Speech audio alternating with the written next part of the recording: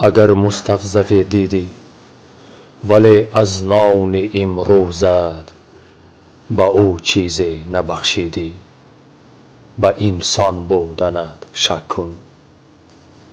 اگر چادر به سر داری ولی از زیر آن چادر به هر یک دیوانه خندیدی، به انسان بودنت شک کن. اگر قاری قرآنی ولی در درک آیاتش دچار شک و تردیدی، به انسان بودنت شک کن. اگر گفتی خدا ترسی ولی از ترس اموالت تمام شب نخوابیدی، به انسان بودنت شک کن.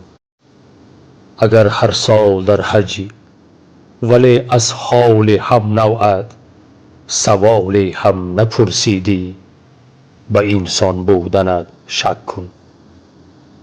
اگر مرگ کسی دیدی ولی قدر سر سوزن ز جای خود نجنبیدی، به انسان بودنت شک کن.